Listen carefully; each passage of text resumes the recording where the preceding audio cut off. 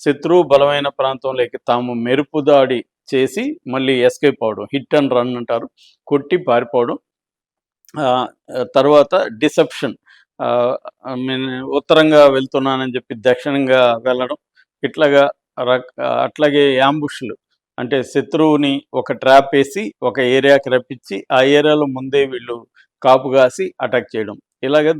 ఇట్లాంటి అనేక పద్ధతులున్నాయి. దీన్ని గెరిల్లా వార్‌ఫేర్ అంటారు. దీన్ని కమ్యూనిస్టు పార్టీలు, విప్లవం చేసే కమ్యూనిస్ట్ పార్టీలు కూడా ప్రపంచవ్యాప్తంగా గెరిల్లా వార్‌ఫేర్‌ని చేస్తుంటాయి. ఇటు మావో కూడా దాని మీద బుక్ రాస్తాడు. అట్లాగే చెగువేరా కూడా దాని మీద బుక్ రాశాడు. ఇదంతా కూడా 'సంజు' అని 2000 సంవత్సరాలకు పూర్వం చైనాలో 'ఆర్ట్ ఆఫ్ వార్' దాంట్లో చెప్పిన దాన్ని వీళ్ళు ఎవాల్వ్ చేసుకొని దాన్ని డెవలప్ చేసుకున్నారు. సో, అలాగా ఈ గెరిల్లా వార్‌ఫేర్ చేయడానికి కోసం ఈ పీఎల్‌జీఏకి సెపరేట్ ట్రైనింగు అవన్నీ ఇచ్చారనమాట. ఆ పీఎల్‌జీఏకి ఆహ్, కమాండర్‌గా ఫస్టు హిడ్మా ఉన్నాడు. మాడ్వీ హిడ్మా. దాని తర్వాత బర్సాదేవ ఆ పోస్ట్‌లోకెళ్ళాడు. బర్సాదేవ ఏందంటే 2000 ప్రాంతంలో దండకారణ్య ఆదివాసీ కిసాన్ మజ్దూర్ సంఘ్ అని ఒకటి మావోయిస్టులు ఏర్పాటు చేశారు. అది లీగల్‌గా పనిచేయడానికి కోసం ఏర్పాటు చేశారు గానీ, దాన్ని కూడా బ్యాన్ చేసింది ప్రభుత్వం. సో, ఆ సంఘంలో బర్సాదేవ పనిచేశాడు. బర్సాదేవది కూడా హిడ్మా వాళ్ళ ఊరే. పువర్తి ఊరే. సో, తన ఒక రకంగా తనకి తర్వాత బర్సాదేవ రంగంలోకి వచ్చాడు. బర్సాదేవ 10th క్లాస్ వరకు చదువుకున్నాడు. అతనికి కోయా భాష, హిందీ, తర్వాత తెలుగు, ఈ 3 భాషలు వచ్చు. అతను ఫస్టు ఈ కిసాన్ మజ్దూర్ సంఘంలో పనిచేశాడు. దాని తర్వాత మావోయిస్టుల ఈ ఆర్మీలకి వచ్చాడు. డీకేఎస్‌జెడ్‌సీ అంటారు. అంటే దండకారణ్య స్పెషల్ జోనల్ కమిటీలోకి అతను వెళ్ళాడు. అక్కడి నుంచి అంచెలంచెలుగా ఎదుగుతూ అతను హిడ్మా గైడెన్స్‌లో బెటాలియన్ నంబర్ 1కి కమాండర్‌గా ఉంటున్నాడు ప్రెజెంట్. ఎందుకంటే హిడ్మాకి ప్రమోషన్ వచ్చి సెంట్రల్ కమిటీలోకెళ్ళాడు. సో, ఆయన పోస్ట్ ఈయన తీసుకున్నాడు. ఇతనికున్న ఇదేంటంటే దాదాపు 25 ఏళ్ల అనుభవం ఉంది. గట్టిగా చెప్పుకోవాలంటే మిలిటరీ అనుభవం ఒక 20 ఏళ్ల నుంచి ఉంది.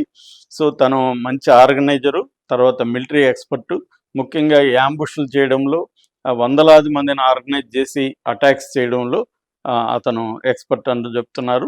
సో, అతను ఇప్పటివరకు ఏందంటే నిన్న పోలీసులు చెప్పిన దాని ప్రకారం 121 మంది చావుకి, ఆ 121 మంది అంటే సివిలియన్స్ కావచ్చు, మిలిటరీ ఫోర్సెస్ పోలీసులు కావచ్చు, మిలిటరీ ఫోర్సెస్ కావచ్చు, 121 మంది చావుకు అతను బాధ్యుడని చెప్తున్నారు. అతని మీద మొత్తం మహారాష్ట్ర, ఛత్తీస్‌గఢ్, తెలంగాణ ఈ 3 రాష్ట్రాలకు సంబంధించి దాదాపు ₹1,00,00,000 రివార్డ్ కూడా ఉంది.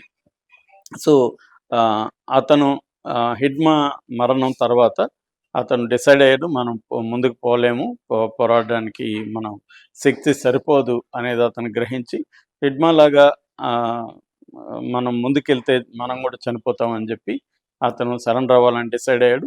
అతనితో కూడా పనిచేసే 20 మందిని కూడా తీసుకొచ్చాడు. వెపన్స్‌తో కూడా రావాలి కాబట్టి దాదాపు 48 ఎల్ఎంజీ వెపన్స్‌ని తీసుకొచ్చి అప్పగించేసి అతను సరెండర్ అయిపోయాడు. ఇప్పుడు గవర్నమెంటు సరెండర్ అయిన అందరికి కూడా 25,000 డబ్బులు ఇమ్మీడియేట్ రిలీఫ్ కింద ఇచ్చింది. సో, దాంతో పాటు ఇంకా ఇక్కడ ప్రకటించిన రిహాబిలిటేషన్, అంటే వాళ్ళ మీద ఉన్న రివార్డులు కూడా వాళ్ళకి అందజేసే అవకాశం ఉంది. అట్లాగే వాళ్ళకి ల్యాండ్ కావచ్చు, లేకపోతే ఏదన్నా వ్యాపారాలు చేసుకుంటే లోన్‌లు కావచ్చు, లేదా వాళ్ళు పోలీస్ ఫోర్స్‌లో చేరతామంటే డీఆర్‌జీ అంటారు. డిస్ట్రిక్ట్ రిజర్వ్ గార్డ్స్ అని ఉంది. సో, అటువంటి ఫోర్స్‌లో గాని చేరే అవకాశం ఉంటే ఆ ఉద్యోగాలు కూడా ఇచ్చే అవకాశం ఉంది. లేదు, వాళ్ళకేమన్నా స్కిల్స్ ఉంటే స్కిల్ డెవలప్‌మెంట్ ట్రైనింగ్ ఇచ్చి వాళ్ళ అర్హతలను బట్టి వాళ్ళకి డ్రైవర్స్ గాను, లేకపోతే ఇతర పోస్టుల్లోనూ పెట్టే అవకాశం అయితే ఉంది. సో, ఇది ఒక రకంగా మావోయిస్ట్ పార్టీకి పెద్ద దెబ్బ అని చెప్పొచ్చు. తెలంగాణ నుంచి మావోయిస్ట్ పార్టీలో ఒకప్పుడు 66 మంది ఉండేవాళ్ళు ఈ మధ్య కాలంలో. ఇప్పుడు కేవలం 17 మందే ఉన్నారని శివధర్ రెడ్డి చెప్తున్నారు. సెంట్రల్ కమిటీలో 4, స్టేట్ కమిటీలో 5 మంది, డివిజనల్ కమిటీలో 3. అంటే ఇక్కడ ఇంకా ప్రముఖుడు చెప్పాలంటే మల్ల రాజిరెడ్డి. ఆయన కూడా ఏజ్ అయిపోయింది. ఆయన కూడా వచ్చేసే అవకాశాలైతే ఉన్నాయి. ఇంకా మార్చి 31 నాకు తెలిసి మావోయిస్ట్ పార్టీ కంప్లీట్‌గా క్లోజ్ అయిపోతుంది. ఇంకా దేవ్‌జీ ఒకడే ఉన్నాడు. దేవ్‌జీ కూడా ఆల్రెడీ సరెండర్ అయ్యే కార్యక్రమంలో ఉన్నాడు. చాలామందిని సరెండర్ చేయించి, ఆయన సరెండర్ కూడా అనౌన్స్ చేస్తారనే వార్త వస్తుంది. సో, త్వరలోనే దేవ్‌జీ సరెండర్ కూడా మనం చూసే అవకాశం ఉంది.